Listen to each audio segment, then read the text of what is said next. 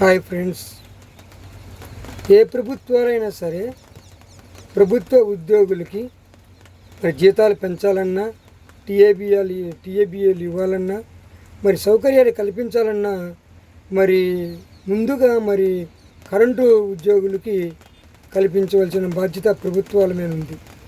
అందరూ ప్రభుత్వ ఉద్యోగులే, మరి అందరూ పనిచేస్తారు. కానీ ఈ విద్యుత్ ఉద్యోగులు మాత్రం వాళ్ళ ప్రాణాలతో చెలగాటం లాంటిది.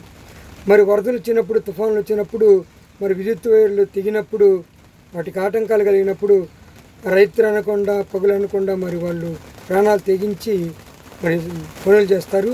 ఈ సంఘటనలో మరి ఎంతోమంది ప్రాణాలు కోల్పోయిన విషయాలు మనం చూస్తూనే ఉన్నాం.